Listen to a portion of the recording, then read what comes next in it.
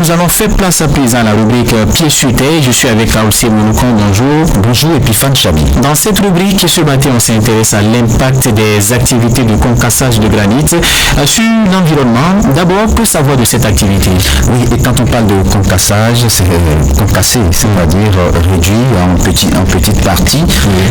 Et ici, c'est des granites jusqu'à quelques millimètres avec un outil, le marteau, le pilon et bien d'autres. C'est une méthode de destruction qui permet de réduire des matériaux souvent lourds et encombrants comme la roche, le béton ou encore le calcaire en petites particules appelées granulats. Et le concassage de granit, puisque c'est de ça qu'il s'agit, est une activité que vous connaissez, exercée dans plusieurs communes du Bénin, notamment au centre et au nord du pays. Hommes, femmes et même enfants s'adonnent à cette activité. On les retrouve sur des sites et pour se faire justement de l'argent. Mais cette activité génératrice de revenus expose ces acteurs à de nombreux risques. Ils ne disposent pas de matériaux adéquats pour mener cette activité. Le concassage nécessite le déploiement justement de beaucoup d'énergie physique. Les cristaux de granit qui s'échappent parfois causent des blessures aux ouvriers. Il arrive qu'ils reçoivent même des coups sur les doigts qui se brisent. Les yeux n'échappent pas aux risques auxquels ils s'exposent. Et donc, c'est dit que c'est une activité qui nécessite assez d'énergie physique, mais qui cause également assez de dégâts pour ceux-là qui s'adonnent à cette activité. Voilà. Alors, le concassage des granites est une activité qui a un impact sur l'environnement si elle est menée au mépris des normes, vous me dites. Oui, Henri Totti est un spécialiste des questions environnementales. Selon cet activiste environnemental, l'activité de concassage nuit à la santé de celui qui s'y adonne. On l'a dit, à cause justement des fibres de granit qui se réduisent en poussière. Il y a l'inhalation de cette poussière nuit à la santé et qui nuit à la santé lorsqu'il pleut par exemple. L'eau conduit ces fibres vers la nappe phréatique et donc ces fibres de granit polluent l'eau des forages, l'eau que nous consommons.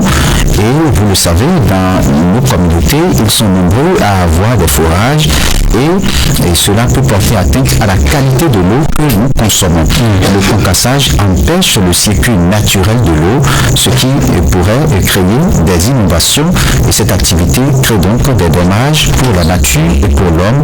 Et tel que l'explique ici Henri Totti, il est responsable de l'ONG JVEV, Entendez Jeunesse et Emploi Vert pour une économie verte. Le concassage que vous faites, d'abord ça nuit à votre santé parce que c'est des fibres de granit qui se réduisent en poussière et que vous inhalez. Et en dehors de ça, ces fibres-là, à la tombée de la pluie, sont lessivées vers la nappe phréatique ou même dans la communauté pour des gens qui ont des forages un peu partout. Et donc ça pollue en quelque sorte la nappe phréatique, toute la communauté environnante. En dehors de ça, vous transformez la nature même du milieu en faisant ce concassage-là. Parce que si l'eau avait un circuit naturel réel par lequel il prenait pour irriguer l'écosystème, vous désorientez ce circuit naturel-là et ça peut créer encore d'inondations à des endroits donnés. Et donc c'est une activité qui crée vraiment de dommages pour la nature et pour l'homme et surtout pour ceux qui mènent cette activité. Alors, quelle approche donc de solution pour un concassage respectueux de l'environnement?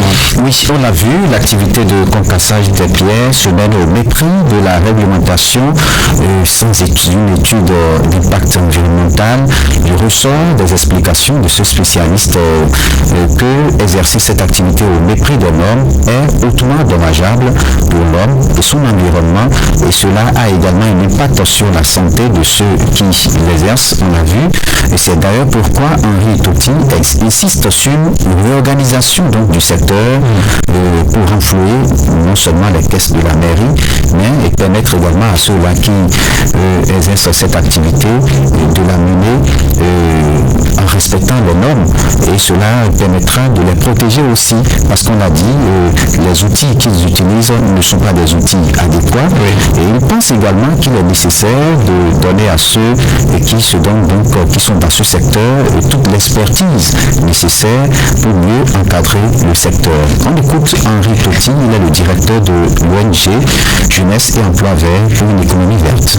dehors de tous les gens que crée cette activité, moi je pense que c'est aussi une opportunité pour les mairies de voir comment réorganiser ce secteur-là, de s'approprier donc du secteur et en commun encore peut-être avec la direction départementale du cadre de vie, du transport chargé du développement durable, de voir comment faire une évaluation de ce secteur-là parce que n'oublions pas, ce sont les citoyens béninois qui utilisent ces granites-là et qui achètent. Des autorités aussi viennent acheter, voilà, parce que pour embellir peut-être leur maison, pour l'utiliser pour des fins. Et donc, il va falloir quand même réaménager le secteur.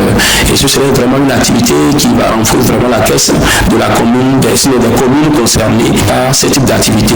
On prend seulement Parakou par exemple, il y a près d'une centaine de sites de concassage créés un peu partout, au vu aussi de tout le monde, et où on vend des granites de toute forme, voilà, pour toute utilisation. Et même transformer, les granites sont transformées même en objet d'art aujourd'hui. Et donc, en dehors des valeurs natives, des petites tasses que la mairie recueille peut-être, la mairie peut aller au-delà et réorganiser le secteur avec le partenariat même du ministère, réorganiser le secteur pour voir comment créer des ressources financières à travers ce secteur-là. Et ça va permettre aussi de protéger la communauté.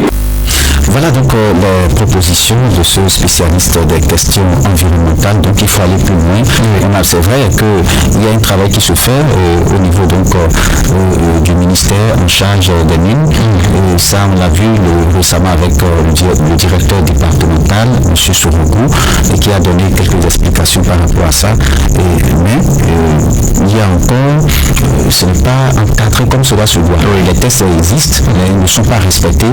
Et je pense que pour des questions de protection de l'environnement, vous avez vu que ces fibres-là pourraient même toucher la nappe phréatique.